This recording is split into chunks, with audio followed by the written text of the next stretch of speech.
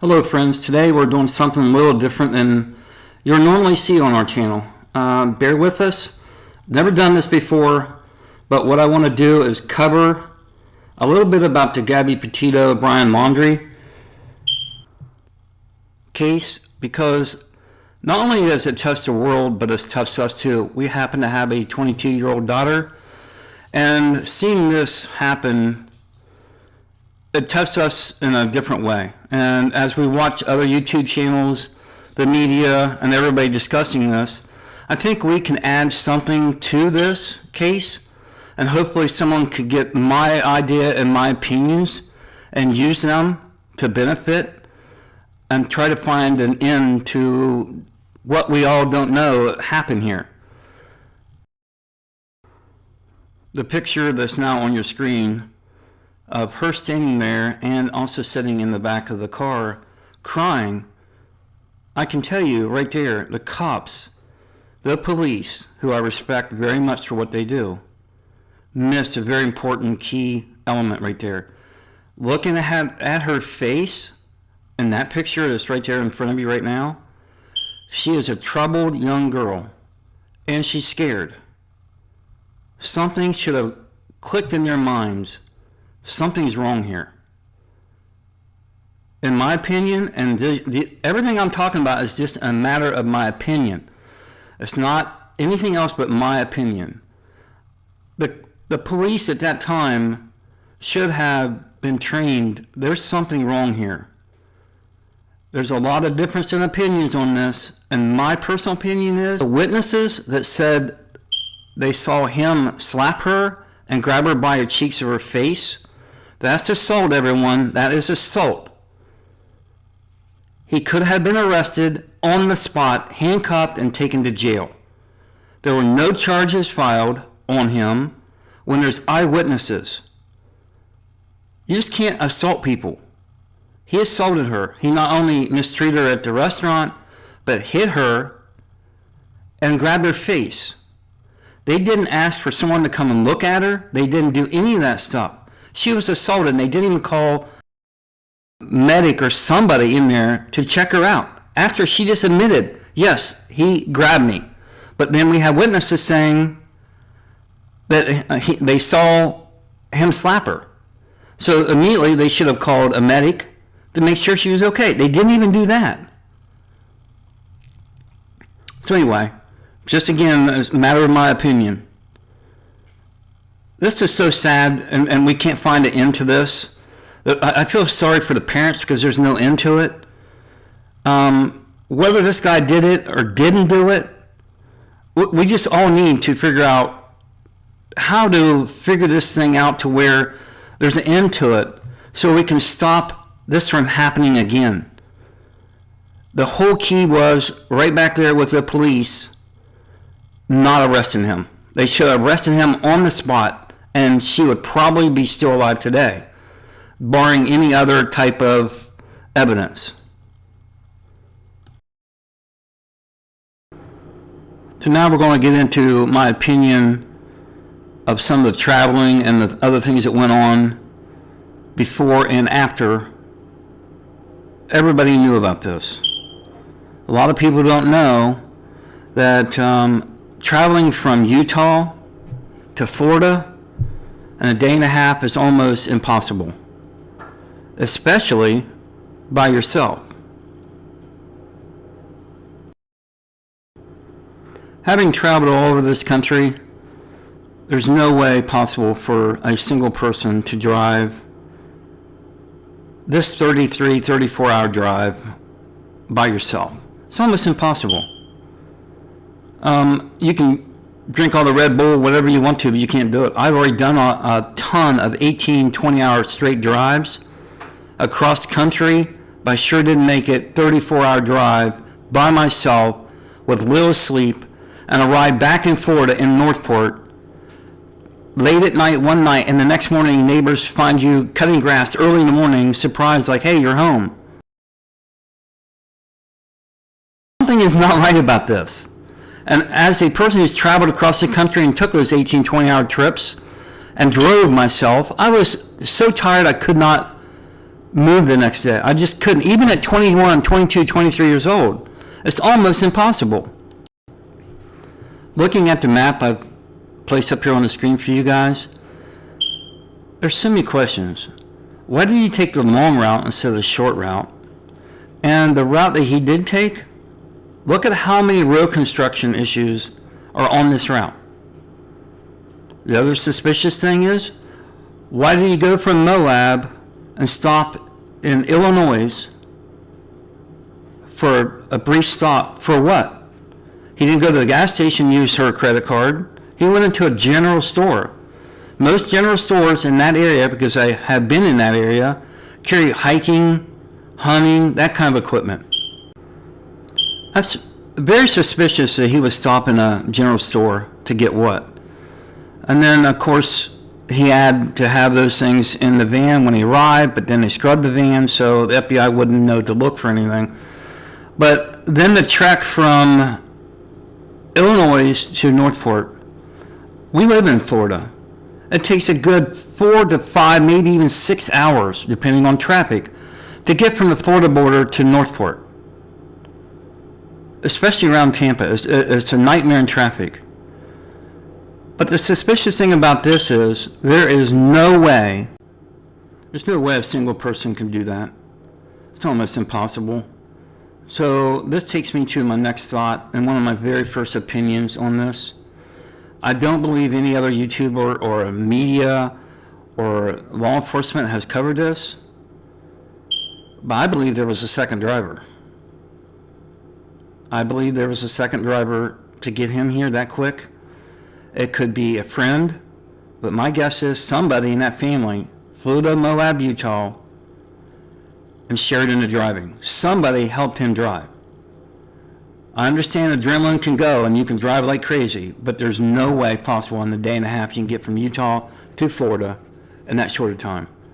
So I'm probably the first one to even bring this up. I've not heard it. If I have, I apologize, but I believe there's a second driver. I think someone there, he paid someone to drive with him and drive half the way, or a family member or somebody flew out there and drove partway home. I believe someone needs to look into the family's flight records and see if one of those people in that family flew from Florida to Utah and bought a one-way ticket, or a friend, a possible friend or something along the way. Because that's just in my opinion. I'm sitting there going, no one's come up with this yet that I've listened to. I just think there's no way possible, and I'm still stuck on this. But I got a lot of other opinions that may help some people look in some different areas. So the map right there, I know it's been a long time on that map, but the other stuff is important too. So just hang in there with me, and I'm going to give you some more opinions and some factual things that I can share with you guys that I'm aware of.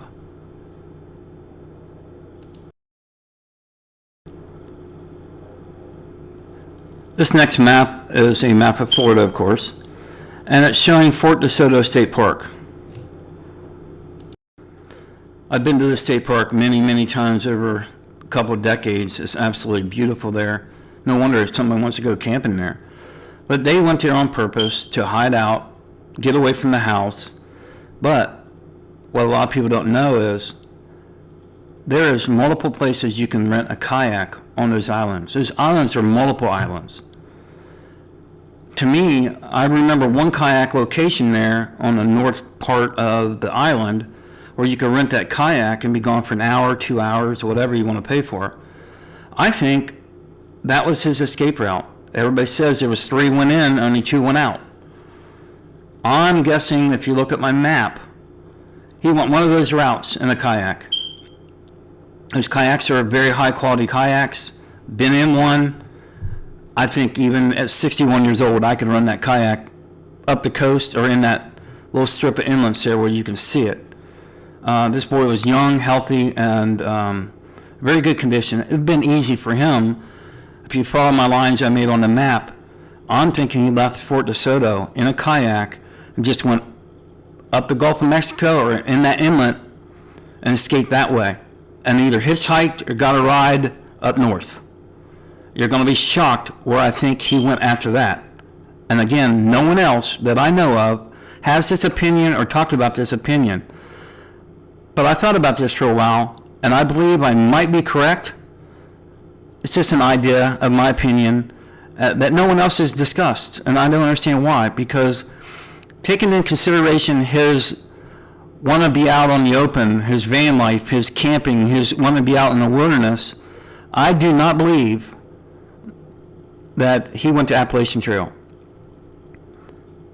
He would be smart enough to understand that everybody would go there. Everybody would be looking there. If he went there and they find him, that's great. The next group of pictures show you the actual pictures of what's available on that island as far as kayak rentals. Very easy to get. You can rent for an hour, 2 hours, 3 hours, whatever. But you also see a couple out in the water very easily using that kayak away from the shoreline. My next idea is going to shock a lot of people because I do not believe anybody's ever thought of this. The Ozark Mountains in Missouri has 1.2 million acres of forest. Isn't that awful funny that he stopped in the lower end of Illinois to get that general store items that he wanted to get, and he spent over $100 on? Why would you need $100 worth of items in a van that's already loaded with other things? That's just suspicious. But my wild guess is he would not go to the Appalachian Mountains, Smoky Mountains, up in North Carolina, South Carolina, Tennessee, because it's a lot less likely that he would know that everybody knows he's going to go that way. So I'm guessing he thought, instead of everybody looking over here, I'm going to go over to this area, which he already stopped there on the way home, and I think he might be hiding in the Ozark Mountains, people. It's a 1.2 million acres of forest. He can hide away in there for years, and unless he does something wrong, they're not going to find him. So I hope someone understands my point of view on this one, because I've been to Ozark Mountains. I've vacationed there many times over the years. You could get lost in there forever. And I'm hoping this video will allow someone to get a hold of someone to say, hey, let's take a look at the Ozark Mountains. He did stop on the upper north side of the Ozark Mountains, and he might have just went back there. So it's just an idea of maybe someone needs to just take a peek into the Ozark Mountains and check to see if there's any witnesses or anybody has seen anything like him. But more than likely, everybody says he's going to Appalachian Trail and has been seen. But this way, I'm guessing it would have been quicker for him to go up the coast in Florida and head right to the Missouri mountains, go up to the Ozark Mountains.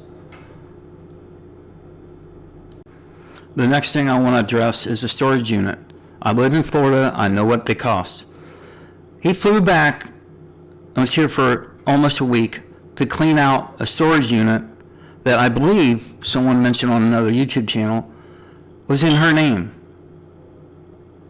That's impossible in Florida. I have a storage unit in Florida in my name, and no one else can get into that storage unit unless they have a key, of course. But for him to clean out the storage unit and close out the storage unit without her in the state of Florida, that's impossible. Not going to happen. If I wanted to close out my storage unit, they would want to talk to me or my wife.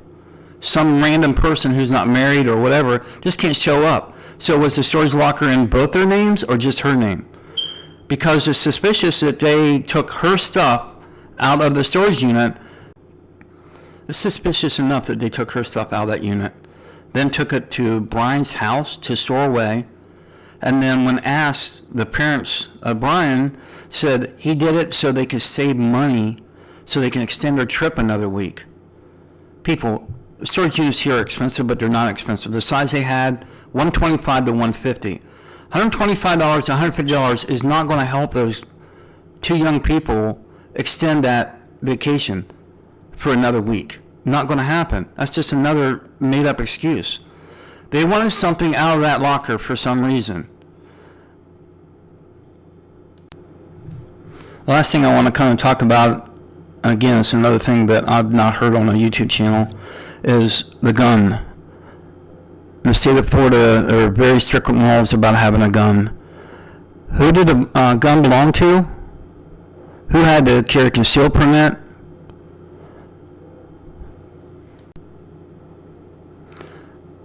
I do believe the picture that some people have put out on YouTube and in the media, I do believe there is a gun at the back side of the van.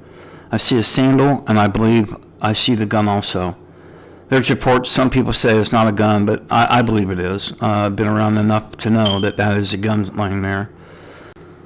Just want everybody to know that we have a channel, me and my wife, and we enjoy making videos for people that are happy, positive, fun things to do in and around Florida. This video that I just put out is not normal for us, but I had to get involved because we also have a 22-year-old daughter, and this touched us just like it did everybody else. And when I was watching other YouTube channels in the media, I often wondered if my ideas might bring to light something that someone could look into, so we can help the parents of Gabby Petito in this, so they can have closure in this. They deserve it. I can't imagine what they're going through.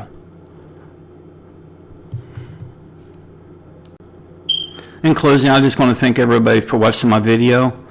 Just to let you guys know, this was just my opinion. I speculated on a lot of things based on my thoughts. If it works out and some of the stuff that I posted on here and discussed can help solve this mystery, that's a great thing. Because I really want to be able to help the parents more than anything figure out and get closure on this case.